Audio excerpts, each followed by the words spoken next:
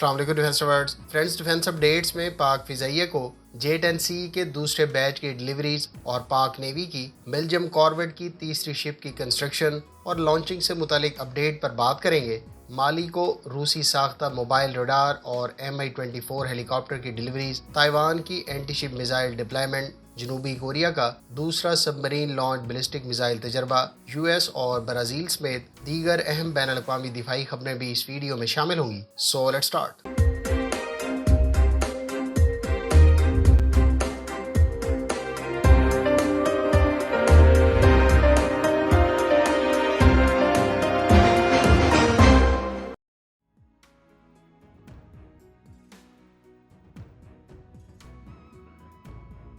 इतलात के मुताबिक पाक नेवी की तरफ से तुर्की से ऑर्डर की जाने वाली 4 बेल्जियम कॉर्वेट्स के सिलसिले की तीसरी शिप की कराची में कंस्ट्रक्शन जारी है। Karachi shipyard and engineering works के मुताबिक PNS बदर पर काम शेड्यूल के मुताबिक जारी है, जबकि तुर्क सोर्सेज के मुताबिक इस शिप को इस साल के फर्स्ट हाफ में लॉन्च कर दिया जाएगा। वाज़ेह रहे कि पाक नेवी की बेल्जियम क्लास शिप्स, जिनको अब बाबर क्लास का नाम दिया गया है, इस सिलसिले की 2 शिप्स तुर्की और 2 पाकिस्तान में तुर्की के ताउन से तैयार हो रही हैं। पहली शिप PNS बाबर और दूसरी PNS खैबर तुर्की में तैयार हो रही हैं, जबकि PNS बदर और PNS तारिक को कराची शिपयार्ड में तैयार किया जा रहा है। फ्रेंड्स, अगर आप इस शिप के तमाम तर वेपन्स, सिस्टम्स और सलाहियतों के बारे में जानना चाहते हैं तो डिटेल वीडियो का लिंक आपको एंड स्क्रीन पर मिल जाएगा।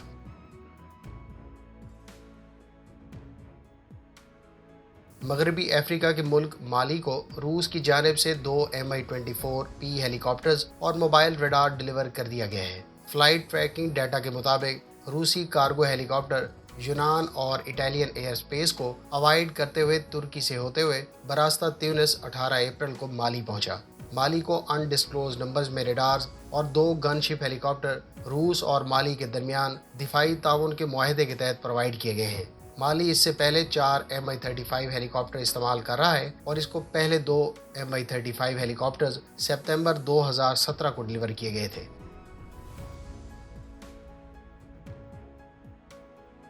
इतलात के मुताबिक पाकिस्तान एयरफोर्स को J-10C तैयारों का दूसरा बैच जुलाई तक डिलीवर कर दिया जाएगा। इससे पहले 6 तैयारों पर मुश्तमिल पहला बैच मार्च के पहले हफ्ते पाक फिजाइया में इंडक्ट कर लिया गया है। दूसरे बैच की मुमकिन डिलीवरी की तारीख की अभी तक आज़ाद ज़राए से तस्दीक नहीं हो सकी, लेकिन कभी इम्कान है कि दूसरा बैच भी अगस्त से पहले डिलीवर कर दिया जाएगा।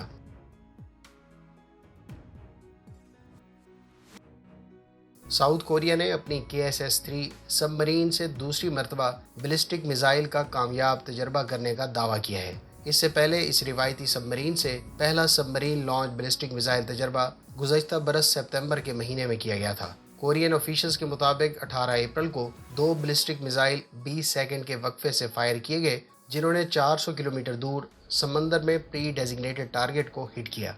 इस SLBM के बारे में इतलात हैं, यह साउथ कोरिया के हायोनमो 2B लैंड बेस्ड मिसाइल पर बेस्ड है, जिसकी रेंज 500 किलोमीटर है। कोरिया इस क्लास की 3 सबमरीन्स लॉन्च कर चुका है। Total 9 KSS-3 submarines Korean navy में इंडक्शन का मंसूबा है। जब ये प्रोग्राम मुकम्मल हो जाएगा तो कोरिया के पास बैच 1, 2 और 3 की तमाम सबमरीन्स मिलाकर total 78 submarine launch ballistic missile launch करने की सलाहियत होगी। वाज़ेह रहे कि कोरियन सबमरीन को पहली एयर इंडिपेंडेंट प्रोपल्शन सबमरीन करार दिया गया है, जिसमें वर्टिकल लॉन्च सिस्टम्स मौजूद हैं।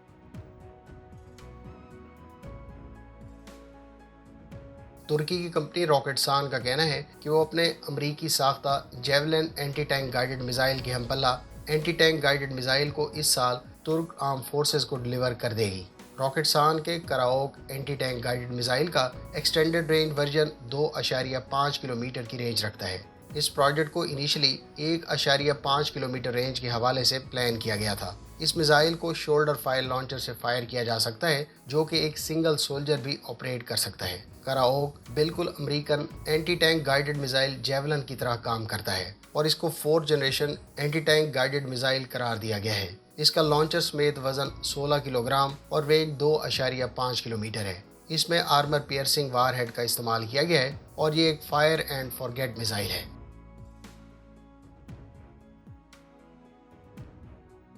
تائیوان کے بارے میں اطلاعات ہیں کہ وہ نیوی میں 20 سے 25 اسکواڈرن ریز کرنے کا منصوبہ بنا رہا ہے، جس کا مقصد 3 ٹائپ کے اینٹی شپ میزائلز کو آپریٹ کرنا ہوگا۔ تائیوان کے میڈیا سورسز کا کہنا ہے کہ یہ یونٹس 3 مقامی اور ایک امریکی ساختہ اینٹی شپ کروز میزائل سے اکوپ کیے جائیں گے۔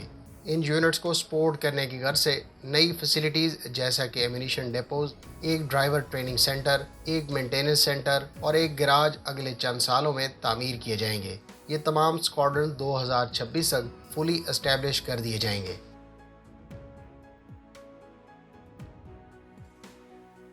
ایمبریئر نے 7واں modernise AF-1 fighter jet Brazilian navy کو ڈیلیور کر دیا ہے۔ 2009 میں شروع کیے جانے والے اس پروجیکٹ کے تحت ٹوٹل 12 A4 اسکائی ہاک طیارے ماڈرنائز کیے گئے ہیں، جبکہ Brazilian navy total 23 aircraft operate کرتی ہے۔ اس ویریئنٹ کو ماضی میں US navy 2003، Israeli air force 2015 اور نیوزی لینڈ کی ایئر فورس 2001 میں ریٹائر کر چکی ہے۔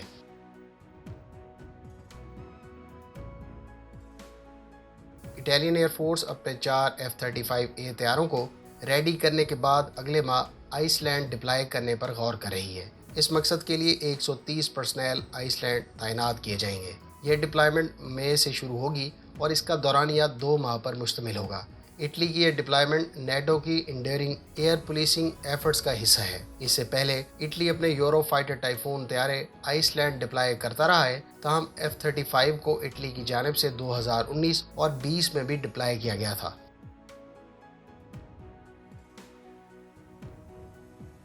جرمنی نے امریکی کمپنی بوئنگ کے تیار کردہ چنوک ہیلی کاپٹر کا انتخاب کیا ہے۔ جرمن نیوز پیپر کے مطابق جرمنی اپنی فوج کے لیے 60 CH-47F ہیلی کاپٹر خریدے گی۔ اس ڈیل کی مالیت $5.4 ارب متوقع ہے۔ بوئنگ نے یہ کانٹریکٹ لاک ہیڈ مارٹن کو بیٹ کر کے ون کیا ہے۔ لاک ہیڈ مارٹن اس قیمت میں 40 CH-53K ہیلی کاپٹرز آفر کر رہی تھی۔ جرمنی کی جانب سے چنوک کے انتخاب کی وجہ کاسٹ اور نیٹو کے دیگر ممالک کے زیر استعمال اس ہیلی کاپٹر کا ہونا بتایا گیا ہے۔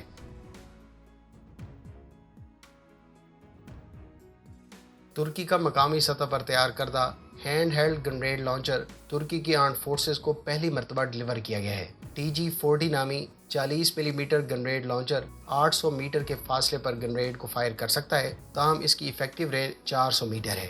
MKE کی طرف سے تیار کردہ اس سسٹم کی ترک آرم فورسز کی انوینٹری میں شمولیت کے بعد چائنیز ساختہ گرنیڈ لانچرز کو ریزرو انوینٹری میں رکھ دیا گیا ہے۔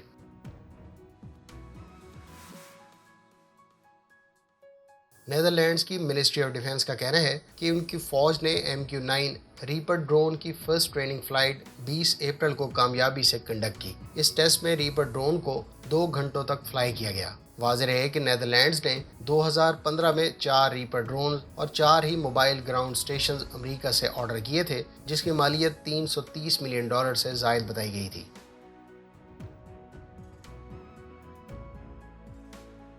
جرمنی کی company Rheinmetall 100 old infantry fighting vehicles اور دیگر ہیوی ڈیفنس اکوپمنٹ یوکرین کو فراہم کرے گی۔ واضح رہے کہ یوکرین جنگ کے آغاز سے لے کر ابھی تک تقریباً ہر یورپی ملک نے یوکرین کی عسکری امداد میں بڑھ چڑھ کر حصہ لیا ہے، تاہم امریکہ یوکرین کو اب تک کم و بیش $5 ارب سے زائد مالیت کا عسکری ساز و سامان پرووائڈ کر کے پہلے نمبر پر ہے۔ مختلف میڈیا سورسز کا دعویٰ ہے کہ تمام یورپی ملک کی امداد ملا کر پھر بھی امریکہ کی امداد ان سب سے زیادہ ہے۔